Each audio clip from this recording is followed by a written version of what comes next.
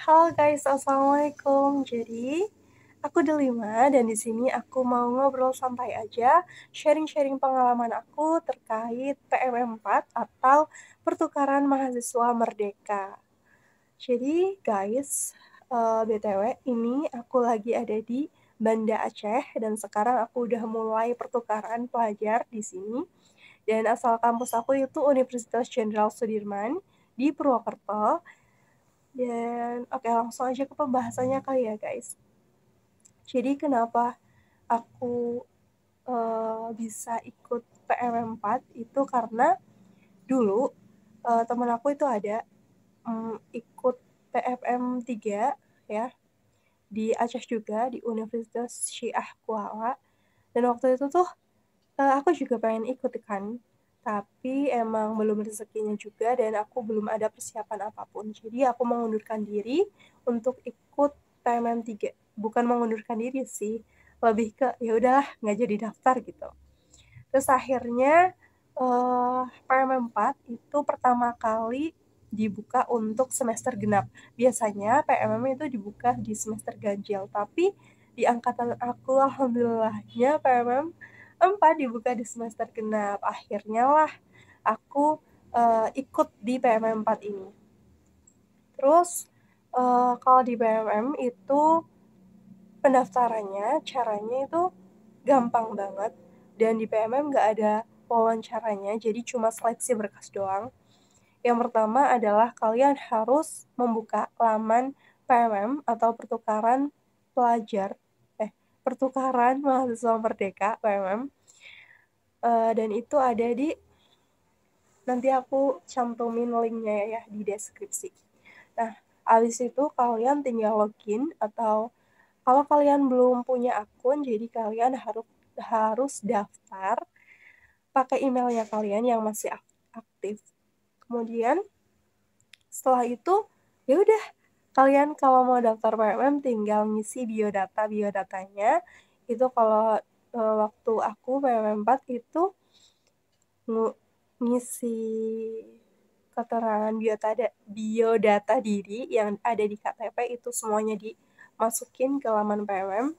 Kemudian ada unggah surat keterangan sehat. Kemudian juga ada, kalau PMM 3 itu harus punya rekening BRI, kalau enggak BSI, kalau mahasiswa Aceh. Karena di Aceh cuma ada Bank BSI doang, sama Bank Aceh. Dan BTN juga ada sih. Kemudian, kalau di PMM 4 ini, aku itu harus punya BSI, kalau enggak Mandiri. Jadi teman-teman aku banyak kok yang punya rekening Mandiri, tapi nggak apa-apa. Jadi intinya adalah milih salah dua itu, antara Mandiri atau BSI. Kebetulan aku bikinnya itu yang BSI, karena untuk mempermudah transfer dan tarik tunainya di Aceh. Karena kan Aceh adanya itu cuma BSI doang, nggak ada Mandiri. Sebenarnya bisa narik di Mandiri, cuman adminnya lebih mahal gitu. Terus tadi dokumen pendukung lainnya itu ada surat keterangan sehat yang bisa kalian dapetin di klinik ataupun puskesmas ataupun ke dokter. Dan kebetulan aku minta ke klinik Pratama Sudirman, itu klinik universitas aku, dan aku cuma bayar 20.000 doang. Udah semuanya, ketika semua dokumen udah terupload, intinya kalian tuh isi dokumen selengkap mungkin, apa ya, intinya kalian jangan pernah bohong tentang dokumen ini. Karena PMM itu cuma ada seleksi berkas doang. Jadi kalau di berkas dokumennya aja kalian ngawur atau asal-asalan, ya udah kalian peluang keterimanya itu sedikit gitu. Terus habis udah ngisi semuanya, udah deh tinggal kalian nungguin pengumumannya. Dan kalian harus follow Instagramnya PMM 4, bukan, Instagramnya Pertukaran Mahasiswa Merdeka. Dan kebetulan aku batch 4, jadi aku follow. Terus kalian harus pantengin Instagramnya se-update mungkin gitu. Karena semua informasi ada di Instagram, kalau nggak Telegram. tapi aku cuma ikutin yang di Instagramnya aja. Kemudian setelah itu, alhamdulillah, sekitar tanggal 18 Desember kemarin, itu pengumuman PMM4. Tapi itu juga diundur, jadinya tanggal berapa? 20-an gitu loh. Nah, aku itu daftar 7 universitas. Jadi, PMM itu menyediakan berbagai pilihan universitas di seluruh penjuru negeri. Dan aku memilih Aceh. Jadi, ada 3 pilihan wajib, dan itu kalian harus memilihnya di berbeda pulau gitu. Karena contohnya ini ya, aku kan yang pilihan pertama itu milih Aceh di provinsi Pulau Sumatera. Nah, terus abis itu pilihan kedua itu aku pilih ke Mataram di NTT, Nusa intilah ya, Nusa. Terus pilihan ketiga itu aku milih di Sulawesi gitu. 3 pilihan ini harus kalian isi wajib hukumnya. Terus habis itu pilihan 4-nya lagi itu kalian bebas milih dimanapun, dan aku milihnya itu sebagian besar ada di wilayah Sumatera karena aku emang dari dulu pengen ke wilayah Sumatera bagian sini ya, barat berarti. Dan setelah pengumuman dibuka, alhamdulillahnya aku bisa berkesempatan untuk belajar di Aceh, tepatnya di Universitas Syah Kuala, Banda Aceh, dan sekarang aku udah ada di sini. Kapan-kapan aku mau kampus tour buat kalian yang penasaran Universitas Syah Kuala ini.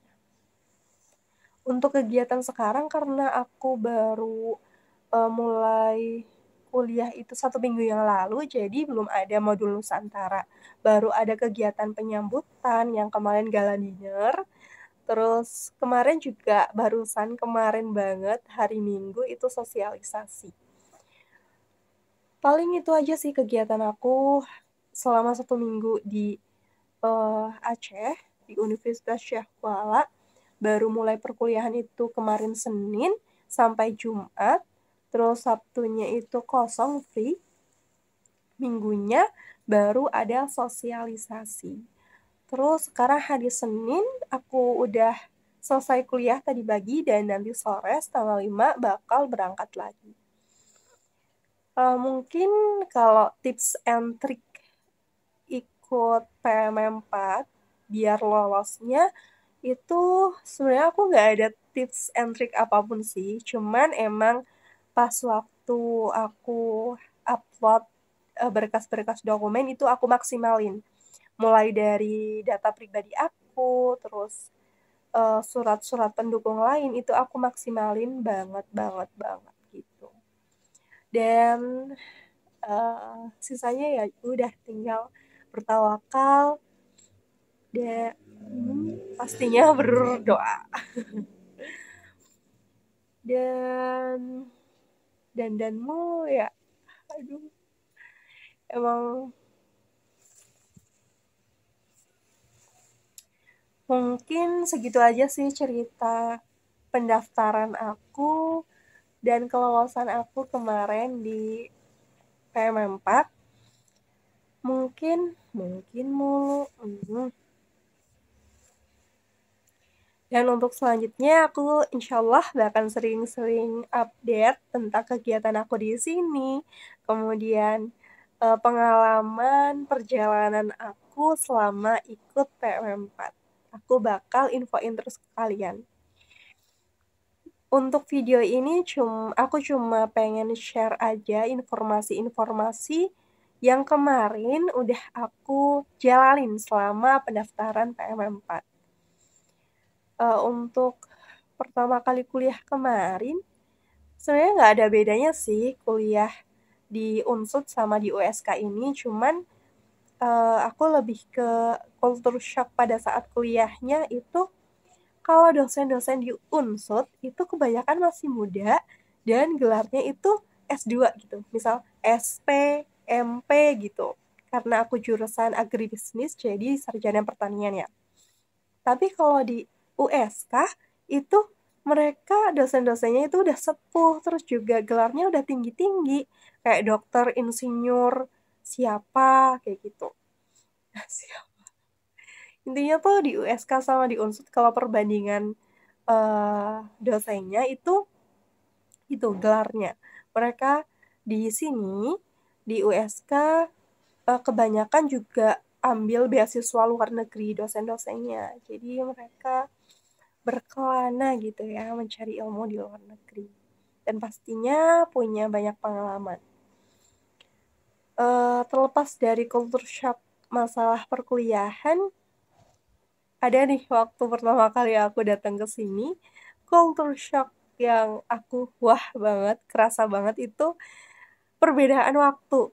Jadi di Unsud, di Purwokerto, di daerah Jawa Tengah, itu azan maghrib sekitar jam 6 sampai 6.15 gitu. Kalau di sini enggak. Di sini tuh azan maghribnya jam 7. Jam 7 kurang 15. Aku shock banget kan.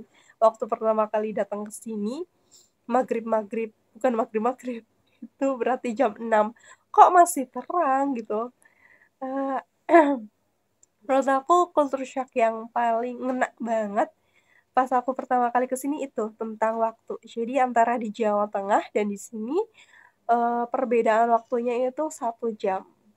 Jadi kalau di sini subuhnya itu jam 6 kurang 15, di Jawa itu subuhnya setengah 5 gitu. Jadi di sini waktu pertama kali aku bangun pagi-pagi itu aku bangun jam 4. Jam 4 aku kira kan udah mau subuh gitu ya. Malahan masih gelap banget dan akhirnya aku memutuskan untuk ya udah deh sholat tahajud gitu sambil eh ini udah mau setengah 5 belum azan azan biasanya aku di Jawa bangun jam 3 kalau untuk sholat tahajud di sini bangun jam 4 udah cukup jam 5 bahkan masih bisa sholat tahajud terus untuk makanan-makanan di Aceh makanan-makanan di Aceh menurut aku karena aku doyan makan gitu ya jadi makanan apapun aku masuk dan emang rada sedikit kurang cocok cuman ya udah bisa ketelan gitulah di mulut aku tapi ada beberapa makanan yang rasanya tuh aneh-aneh. Kalau di Jawa somai itu bumbunya bumbu kacang tapi kalau di sini enggak somai itu malah kayak bakso dikuahin bumbunya kecap saus. Kapan-kapan aku juga mau share ke kalian tentang kulineran di Aceh. Yang menurut aku rada-rada anti mainstream gitu. Terus kemarin juga aku udah nyobain buah Aceh. Kapan-kapan juga. Kapan-kapan. Kapan-kapan aja ya guys. Kapan-kapan juga aku tunjukin ke kalian buah khas Aceh. Jadi kemarin aku uh, nyobain boh Meuria. Meuria kalau nggak salah ya.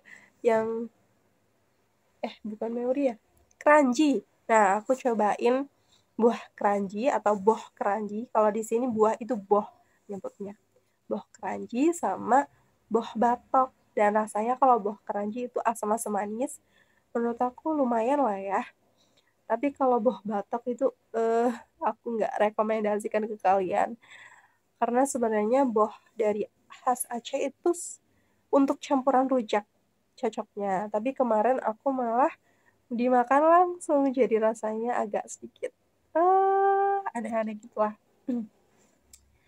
mungkin segitu dulu ya guys cerita-cerita aku dari pertama aku daftar PMM4 sampai akhirnya di sini aku belajar di Universitas Syekh Kuala Banda Aceh untuk episode selanjutnya, video-video selanjutnya aku bakal share ke kalian lebih banyak lagi tentang perjalanan dan pengalaman aku PM4 pertukaran mahasiswa merdeka di Aceh.